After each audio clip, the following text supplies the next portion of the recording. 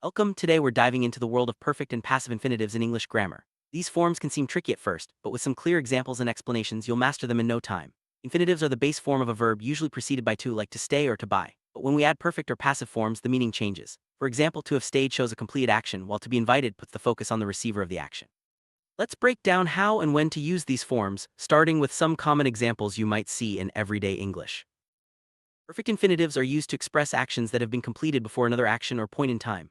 For instance, in the sentence, "It is nice to have won," the phrase "to have won" shows that the winning happened before the current moment. Similarly, "I'm sorry not to have come on Monday" indicates regret about an action that didn't happen in the past. These forms help us talk about past actions in a more nuanced way. Notice how the structure is always to have plus the past participle of the verb, like to have phoned or to have locked.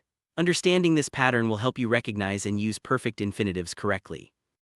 Now let's look at passive infinitives. These are used when the subject receives the action rather than doing it. For example, "She ought to be invited to the party" means someone else should invite her. The structure is to be plus the past participle, such as to be repaired in, "The roof must be repaired before the rains arrive." Passive infinitives are common when the focus is on the experience or the result, not the person doing the action.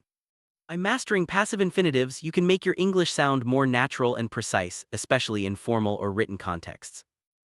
Let's put your knowledge to the test with some practice sentences. For example, "The main thing is to stay calm." Here, to stay is a simple infinitive. And "you could have broken your back." Could have broken is a perfect infinitive showing a past possibility. Try filling in the blanks with the correct infinitive forms, just like in our earlier examples. Remember, understanding the context will help you choose between simple, perfect, and passive infinitive.